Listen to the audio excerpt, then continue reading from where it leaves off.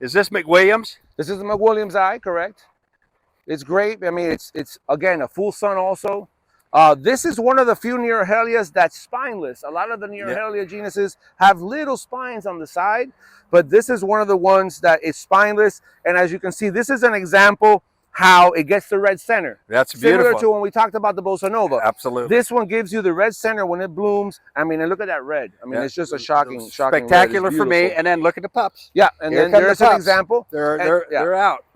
And then this is an example of, so the one I showed you, the Magali before, that pup grows close to the mother. This one grows away from the mother. You see how far it is away from when the should mother? we cut those off? So Everybody always asks me, yeah. says I have one this size and then I have one this size. Okay, so this is what I do. What I do, first of all, you want, don't cut too soon and don't cut too late. Right. Because as a grower, I want to have a bigger pup, because a bigger pup, a bigger plant. You know, so what I do is, as it's coming up, you see it starts off cone shaped like this and it goes straight up.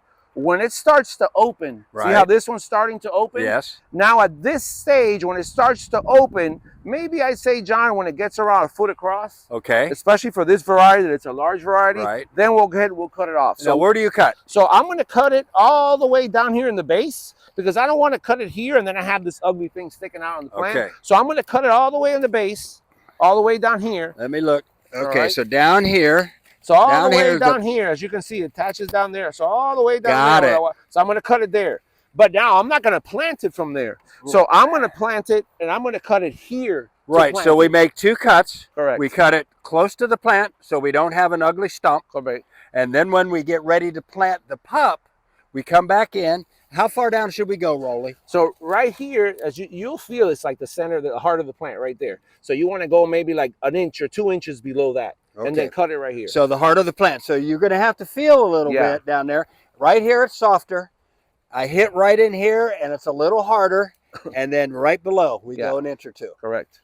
And then again, like we talked about before, when you cut that pup, you want to let it stand for a little while, let it heal. Let it heal. Correct. And then we plant. Correct. But boy, what a spectacular ride. This is one of my favorites because it's so large. Yeah. And it just catches my eye. I just love it. Yeah. And this one can also climb. You know, we talked about the fireballs, because since it's stoloniferous, meaning that it grows away from the mother plant, this can go ahead, and if it touches the trunk of a tree, it can attach on and it'll go up. I love it. Yeah, I love it. Yeah. Great tip. Now back here, John, this is another one that's very popular. This is probably one of the most popular. Yeah. This is the most popular because we look now and we see all of this color. Correct. We see all of the color. This takes full sun. You can plant it in partial shade. Correct. You know, but look at the color. What is the color? It's gray-green. It has the gray-green, 3 feet tall, 3 feet wide or so. And it just is stately. Yeah. And then all of the color of the other bromeliads really pop out. And the great thing is also spineless. So as you can see, it starts off when it grows green, but then over time, you see how it develops that white powder. So that color is not the actual foliage. It's a white powder that's called scurf that grows on it as it matures. See how that goes away? Yeah, you see how it goes away? Yeah. I had to wet my finger in order for that to take place. Yeah. So even when it rains, this maintains it stays on for a long, it will have to be rubbed off. You know, but this is a very popular plant.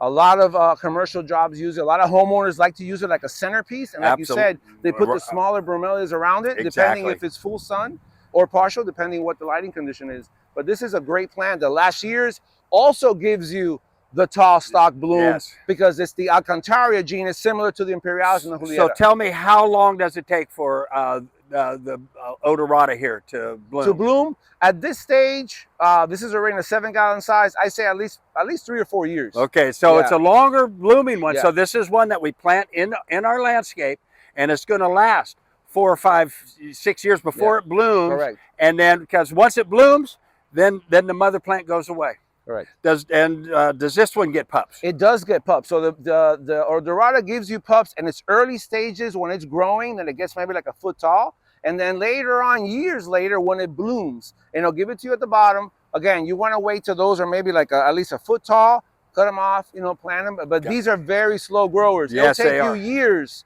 probably at least 2 years from that small pup to get to this size. There you go. That's why these are some of the most expensive bromeliads, just because it takes so long to grow.